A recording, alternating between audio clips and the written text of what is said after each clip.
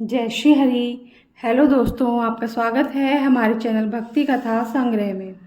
आज हम आपके सामने प्रस्तुत करने जा रहे हैं श्रीमद् भगवद गीता के 18वें अध्याय का महात्म्य। श्री पार्वती जी ने कहा, भगवान आपने 17वें अध्याय का महात्म्य बतलाया, अब 18वें अध्याय के महात्म्य का वर्णन कीजिए। श्री महादेव जी ने कहा, गिरिनंदिनी, चिन्मय आनंद की धारा बहाने वाले 18वें अध्याय के पावन महात्म्य को, जो वेद से भी उत्तम है, श्रवण करो। यह संपूर्ण शास्त्रों का सर्वस्व, कानों में पड़ा हुआ रसायन के समान तथा संसार के यातना जाल को छिन्न भिन्न करने वाला, सिद्ध पुरुषों के लिए यह परम रहस्य की वस्तु है।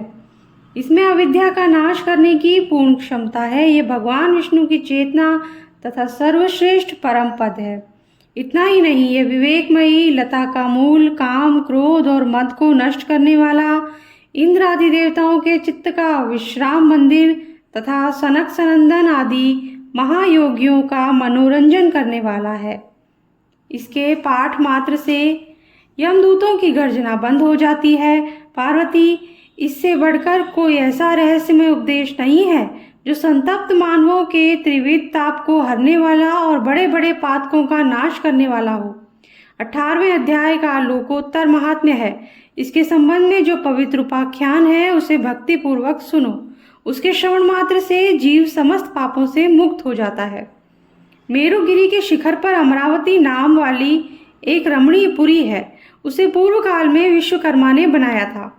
उस पुरी में देवताओं द्वारा सेवित इंद्र शची के साथ निवास करते थे।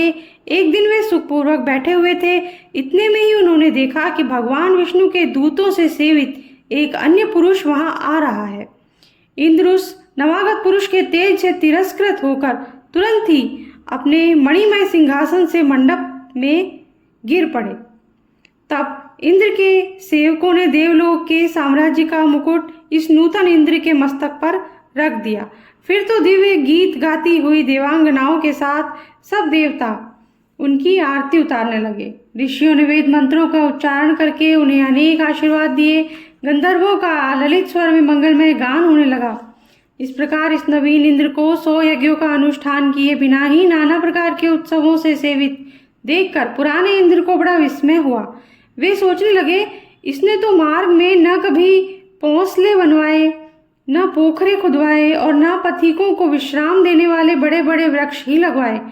अकाल पड़ने पर अन्नदान के द्वारा इसने प्राणियों का सत्कार भी नहीं किया। इसके द्वारा तीर्थों में सत्र और गांवों में यज्ञ का अनुष्ठान भी नहीं हुआ। फिर इसने यहाँ भाग्य की दी हुई ये सारी वस्तुएं कैसे प्राप्त कर ली हैं?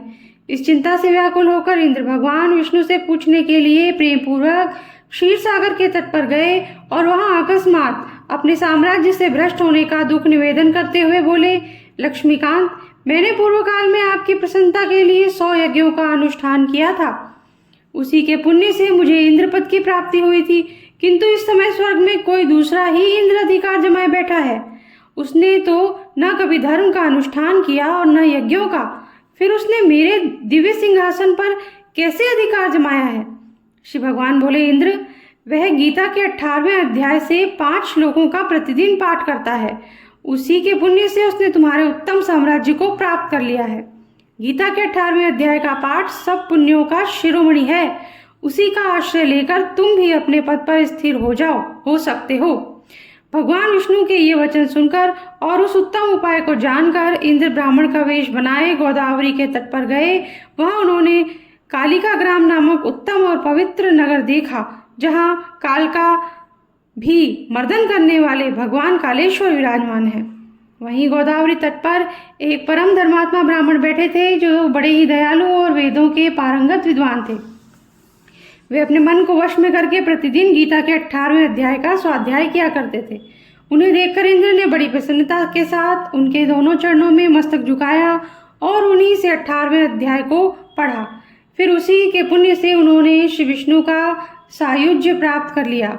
इंद्र आदि देवताओं का पद बहुत ही छोटा है, यह जानकर वे परम हर्ष के साथ उत्तम वैकुंठ धाम को गए। अतः यह अध्याय मुनियों के लिए श्रेष्ठ परम तत्व है। पार्वती 18वें अध्याय के इस दिव्य महात्म्य का वर्णन समाप्त हुआ। इसके श्रवण मात्र से मनुष्य सब पापों से छुटकारा पा जाता है। इस प्रकार संपूर्ण गीता का पापनाशक महात्म्य बतलाया गया है। महाभागे, जो पुरुष श्रद्धा युक्त होकर इसका श्रवण करता है वह समस्त यज्ञों का फल पाकर अंत में श्री विष्णु का सायुज्य प्राप्त कर लेता है। इसी के साथ आज का वीडियो हम समाप्त करते हैं। अगर पसंद आया हो तो लाइक कर दीजिए, चैनल को सब्सक्राइब कर दीजिए, बेल आइकन प्रेस कर दीजिए ताकि हमारे आगे आने वाले वीडियोस भी आप तक आसानी से पहुंच सकें। Thank you. जय श्री हरि।